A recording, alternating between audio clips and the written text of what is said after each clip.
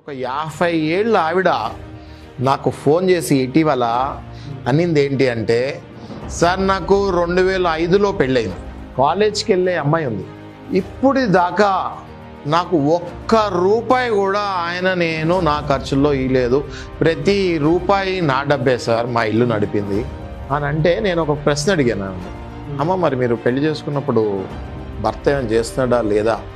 Arranged marriage కదా మీది, arranged marriage కదా, భర్త ఏమైనా చేస్తున్నాడా లేదా చూసి చేసుకున్నారా? నాకు పెళ్లి జరిగినప్పుడు ఆయన ఒక ఉద్యోగంలో ఉన్నాడు, నాతో పెళ్లి అవగానే నెలన్నరలో ఆ ఉద్యోగం మానేసి ఆనాటి నుంచి ఇప్పటి వరకు ఒక్క జాబ్ చేయలేదు, ఒక్క రూపాయి ఇంటికి సహాయం చేయలేదు. ఏ ఆడ మనిషి అయినా ఇంటి నుంచి వెళ్ళిన తర్వాత పుట్టింటికి మళ్ళీ వెళ్ళాలనుకోదు, భర్తనే మళ్ళీ సెట్ చేసుకొని భర్తతోనే జీవితం సాగించాలనుకుంటారు, కానీ పుట్టింటికి వెళ్ళి పుట్టింటి వాళ్ళకి బరువు అవ్వాలనుకోరు. నేను అదే ప్రిన్సిపల్ ఫాలో అయ్యాను సార్, కానీ నా జీవితం దానివల్ల సర్వనాశనం అయిపోయింది. ఇవాళ నా పెళ్ళై 2005 అంటే 21-22 ఏళ్లకి నేను మీకు చెప్తున్నాను సార్, నాకు డైవర్స్ కావాలి అని చెప్పి.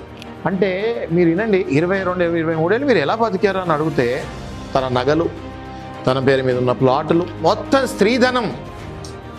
స్త్రీధనాన్ని కాజేసి ఆయన ఆ రకంగా వాళ్ళని చిత్రహింసలు పెడితే వాళ్ళు ఇప్పటి వరకు వచ్చారు. గత 5 ఏళ్లగా మళ్ళీ స్త్రీధనం అయిపోయి గత 5 ఏళ్లగా ఆవిడ వాళ్ళ అన్నతమ్ములు మిగిలిన అమ్మ దగ్గర నాన్న దగ్గర మిగిలిన డబ్బులతోటి బతుకుతుంది.